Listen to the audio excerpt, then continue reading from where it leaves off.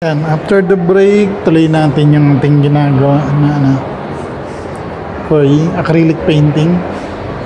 Nandiyan na si Brother Sante, yung obra niya, ginagawa niya na.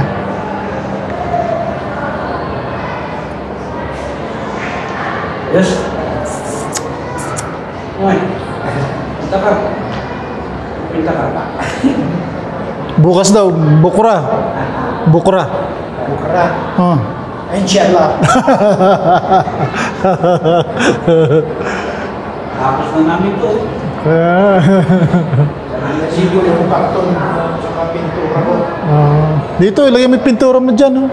Nakasusi naman. Wala kayo, di wala. Oh, nakasusi naman. PM mo ko. Ha? Text mo ko. Center Mall.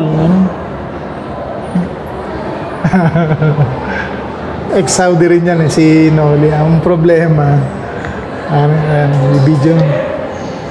Problema,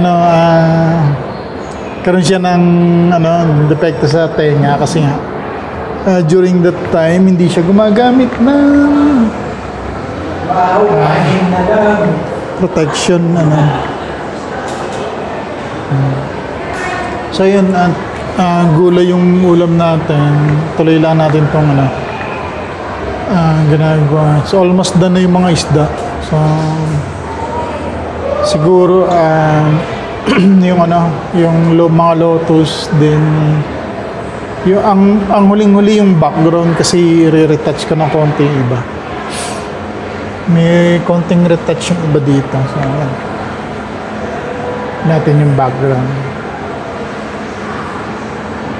Silipin natin. Konting retouch na lang. Ayos na yan. I'm satisfied na. Hindi na kailangan yun. Ang lang is paano siya magiging diretso. May diretso itong yan. So ito na lang yung isda. Yan na lang yung isda natin gagawin. Then it's ready na for the day. Yun lang naman kung mga retouch na lang yung iba. Pag gano'n. Yan. Again, Boy Baguio Life here. Naman, subscribe lang kayo dyan. Peace out.